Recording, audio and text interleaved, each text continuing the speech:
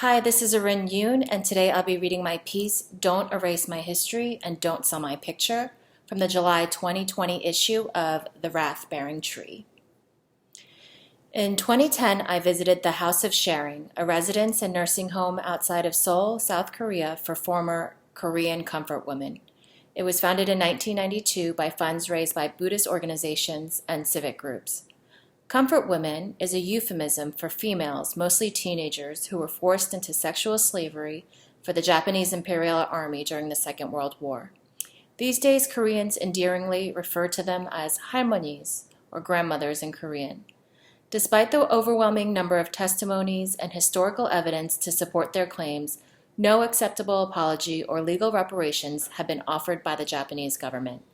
The idea for these portraits began when I got involved in creating a memorial for the halmonis. The memorial, now completed, is the first one dedicated to such women in the Western world. Kang-ichul 할머니 looked up from her chair as locks of her short, curly hair floated to the floor. I bowed. 안녕하세요. Kang-ichul 할머니 was born in 1928 in Sangju, a town in southern Korea. In 1943, when she was only 16, a military officer abducted her. She was taken to Manchuria, where she was forced to work in a Japanese military comfort station. Fortunately, Korean independence fighters rescued her. After the war, she remained in China and later served as a military nurse for Korean communist troops. Upon her discharge, she moved to Jilin City and married a Chinese man. She returned to Korea in 2000. Walking outside, I saw Iok-sun 할머니 sitting on a bench under the statue of a young girl wearing a hanbok, her face framed in a white halo of hair looking at the distant mountains. "Don't take my picture," she said. I put down my camera. But over the next day, the 할머nis gradually warmed up to me.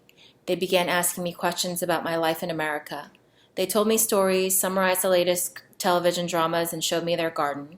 I painted their nails, we listened to music, and looked through their albums together.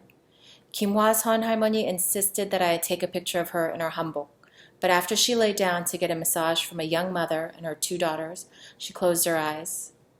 "Maybe you should just take a picture, one of those pictures on my wall, one where I'm wearing a hanbok." Hours before sunrise, I awoke to the tapping of the hollow gourds keeping rhythm with the monks' prayers. I thought of the things that the 할머nis had told me and what I'd read in my research. I was poor and hungry. I was taken from my home. She was sold by her father, twice.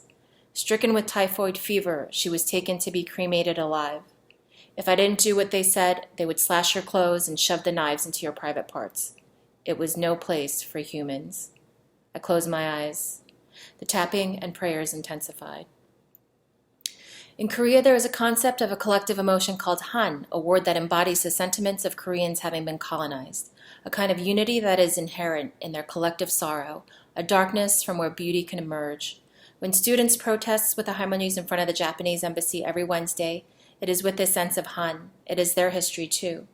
As a Korean woman, this project was motivated not only by this same desire, but also in hopes of creating a visual narrative about their lives beyond their victimhood. I realize that it's more than just revisionist history that threatens their cause.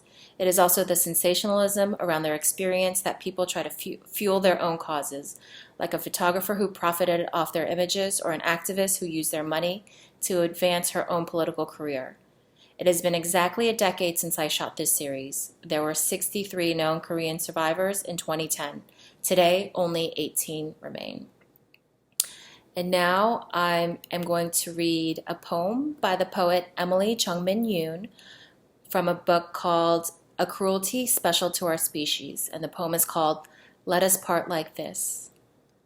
On winter nights, Koreans heard infant cries from distant wood owls, an abandoned newborn amidst black trees, unaware that it may be a bird. Allow us to be like that. Let us speak these words louder than pines crackling in the snow.